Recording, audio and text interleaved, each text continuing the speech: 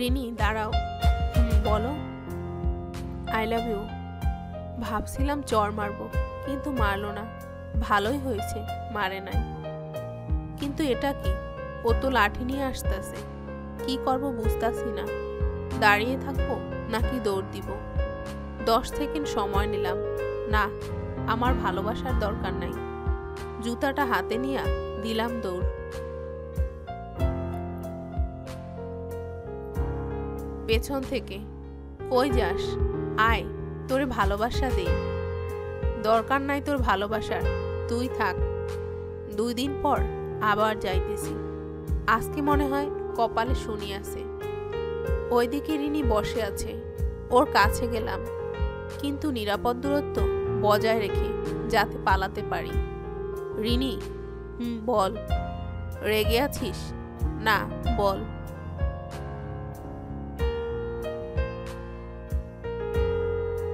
রেগে নাই তো? না বললাম তো। I love you. আজকে একটা চর মারলো বাম গালে। রিনি, এইদিকে আয়। কি? দেখ তো, ডান গালে কি যেন হইছে না? কই দেখি, কিছু নাই তো। এই গালে একটা থাপ্পড় মার। কেন?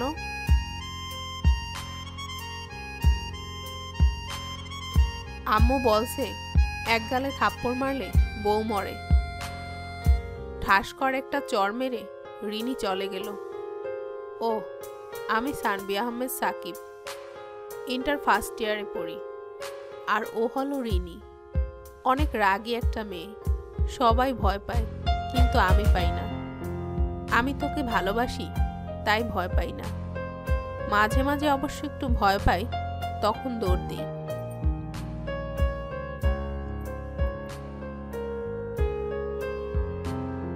তারপর 2 দিন কলেজে যাই না। তখন ওর রাগ আর থাকে না। আবার তখন একটা কাণ্ড বাঁধিয়ে ফেলি। পরের দিন আবার কলেজে গেলাম। রিনিরে দেখলাম এদিকেই আসতেছে। Rini, I love you. তোর কি এটা ছাড়া আর কোনো কথা নাই? আছে তো। কি? আগে আমার কথার উত্তর দে। I hate you. আচ্ছা, যা। আর তোরে আই লাভ ইউ কমু না। সত্যি? রিনির চোখে খুশির আভাস দেখতে পেলাম। মনে হয় অনেক খুশি হয়েছে। কিন্তু আমি তো তোরে খুশিতে থাকতে দিব না। পরের দিন, রিনি, আই লাভ ইউ। ধুর, বিরক্ত হচ্ছিস? অনেক বিরক্ত হচ্ছি। তাহলে আমি আরো বিরক্ত করব। রিনি 2টা চর মেরে উঠে গেল। সেই দিনের পর থেকে মারলে 2টা করে মারে। একটা খেলে আরেকটা বিনামূল্যে। কেন যে বলতে গেছিলাম। বাড়িতে এসে ঘুমিয়ে পড়লাম। সকাল 9টায় ঘুম ভাঙলো। আজকে খাইছে, প্রপোজ করতে পারুম না মনে হয়। তাড়াতাড়ি খেয়ে কলেজে আসলাম। রিনি ক্লাসে চলে গেছে। আজকে আর হইল না, খারাপ লাগতেছে। ক্লাস শেষে বাইরে এসে, কিরে মন খারাপ নাকি? এতক্ষণ ছিল, তবে এখন ভালো হয়ে যাবে। কিভাবে? I love you. অতঃপর আরো 2টা চর খেয়ে আমার গালটা লাল হয়ে গেল। রিনি, কি? আর 6টা হলে হাফ সেঞ্চুরি। কিসের হাফ সেঞ্চুরি? চরের।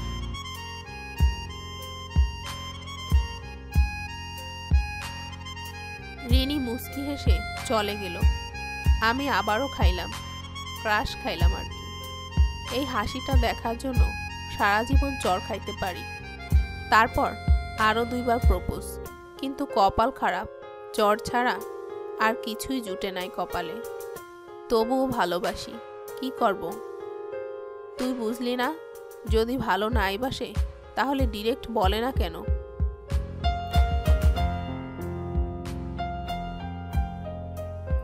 দুই দিন পর আবার কলেজে গেলাম, কিন্তু রিনি কোথাও নাই। ফোন দিলাম, ফোন বন্ধ। টেনশন হচ্ছে। কি হলো মেয়েটার?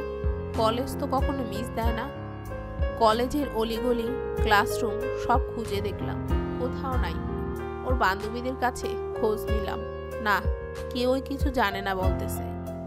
শেষমেশ ক্লান্ত হয়ে বসলাম পুকুর পাড়ে।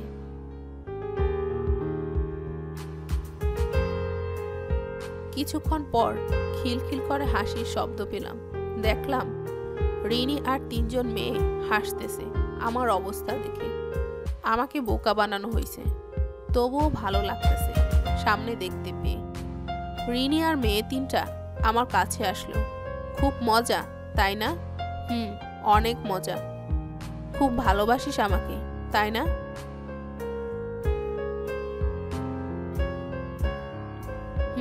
খুব বেশি ভালোবাসি। ভাবলাম এবারে কাজ হবে, কিন্তু আমি তো বাসি না। জানি তো। তাহলে কেন ভালোবাসিস? ভালোবাসি তাই।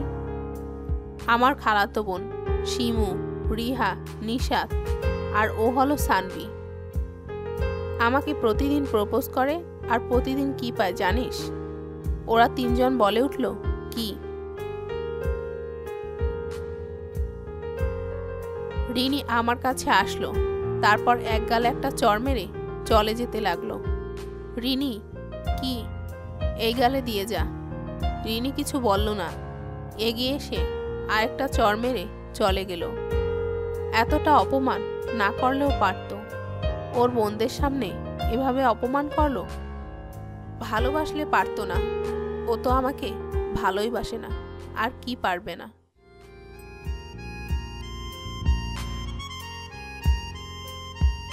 তবুও এমনিই মারে, ঠিক আছে, কিন্তু ওদের সামনে তবুও ভালোবাসি। বাসায় এসে ভাবতেছি, আমি কি এতটাও খারাপ নাকি? আমি কি দেখতে এতটাই খারাপ যে এতটা অপমান করলো? আয়নার সামনে দাঁড়িয়ে আছি আর নিজেকে দেখতেছি। আমি তো দেখতে এতটা খারাপ না, তাহলে কেন ভালোবাসলো না আমাকে? যাকগে, যা হইছে হইছে। আমিও আর যাইতেছি না ওর সামনে। আমার নিজেরও একটা মান সম্মান আছে, আমার নিজেরও যোগ্যতা আছে। একটু বেশি ভালোবেসেছিলাম, তাই বুঝলো না। বুঝবে, একদিন ঠিকই বুঝবে। তারপর কিছুদিন কলেজে যাওয়া বন্ধ। নিজেকে শক্ত করতেছি, যাতে ওকে সামনে পেলেও কথা না বলতে পারি।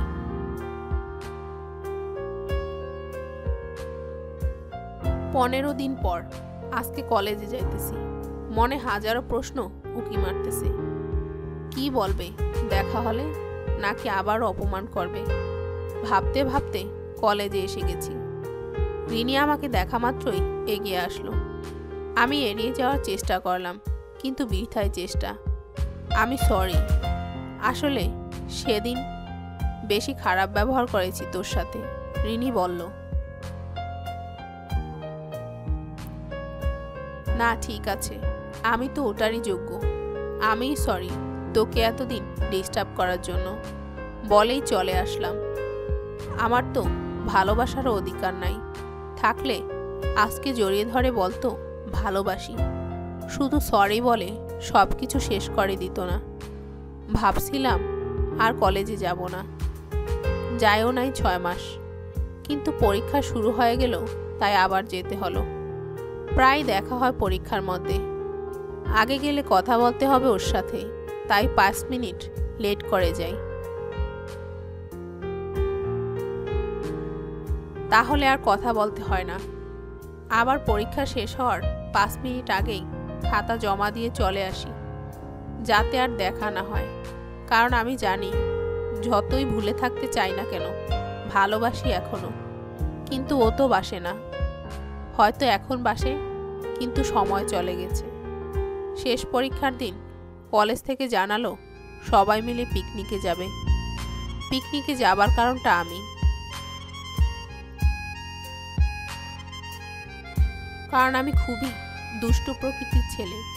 যেই ছেলে সারা কলেজ মাতিয়ে রাখত, সেই ছেলে আজ কারোর সাথে কথা বলে না, বলতে গেলে বোবা হয়ে গেছে। আমাকে পিকনিকের কথা বলায় আমি সরাসরি না করে দিয়েছিলাম, কিন্তু স্যার আমার মাকে ফোন দিয়ে রাজি করায়। তবুও আমি না করি, কিন্তু মা শোনে না। আমাকে যেতেই হবে, তাই নির্দিষ্ট দিনে যথার্থ প্রস্তুতি নিয়ে গেলাম। বাস ছাড়ার আধা ঘন্টা আগে সবাই উপস্থিত, শুধু রিনি ছাড়া। যাক, ভালোই হয়েছে, দেখা হবে না।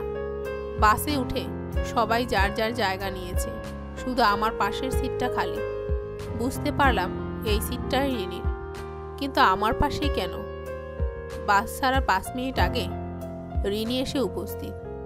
বাসে ঢুকতেই আবার ক্রাশ খেলাম, কিন্তু ক্রাশটা খেতে দিলাম না, মনটাকে স্থির করলাম। আর না, আমার পাশে বসলো রিনি। স্যার। হ্যাঁ বলো। আমি আমার সিটটা বদল করতে চাই। কেন? প্রবলেম আছে স্যার, কিন্তু এখন তো চেঞ্জ করা যাবে না। আচ্ছা, কি আর করা, এখন এভাবেই যেতে হবে। আমাকে এত ইগনোর করছো কেন? আপনাকে কেন ইগনোর করব? ওই, আপনি কে? তুমি বলবি। সরি, পারবো না। কেন পারবি না? আপনি আমার কে হন যে আপনাকে তুমি বলতে হবে? আমি সরি, সত্যি বলতেছি। তুমি চলে যাওয়ার পর বুঝছি তুমি কি ছিলা। আমি সত্যি তোমাকে ভালোবাসি। যখন সময় ছিল তখন বুঝেন নাই, এখন বলে কি লাভ? সময় কি চলে গেছে? চলে গেছে।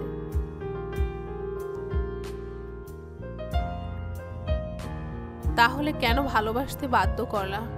কেন শত অবহেলা, অপমান, চর খাওয়ার পরও ভালোবাসি বলে পেছন পেছন ঘুরতা? কেন কিছু না বলা সত্ত্বেও ভালোবাসি বলতা? এখন আমি ভালোবাসছি তাই চলে যাচ্ছ? আমি কাউকে বাধ্য করি, ভালোবাসতাম তাই পিছনে ঘুরেছি, কিন্তু তখন সে দাম দেয় নাই। এখন আর কি?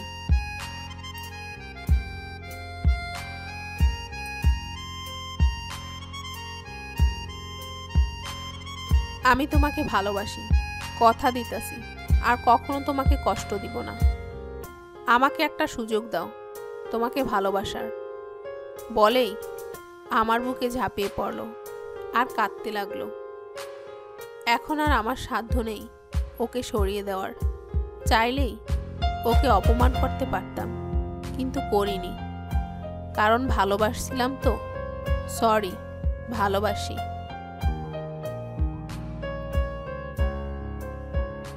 আসলে ছেলেরা এমনই, শত অবহেলা, শত অপমান সত্ত্বেও নিঃস্বার্থভাবে ভালোবেসে যায়। ভালোবাসা ভালো থাক। ভালোবাসার গল্প শুনতে ও দেখতে আমাদের সাথে থাকুন, এবং ভালো লাগলে চ্যানেলটি অবশ্যই সাবস্ক্রাইব করবেন। ধন্যবাদ।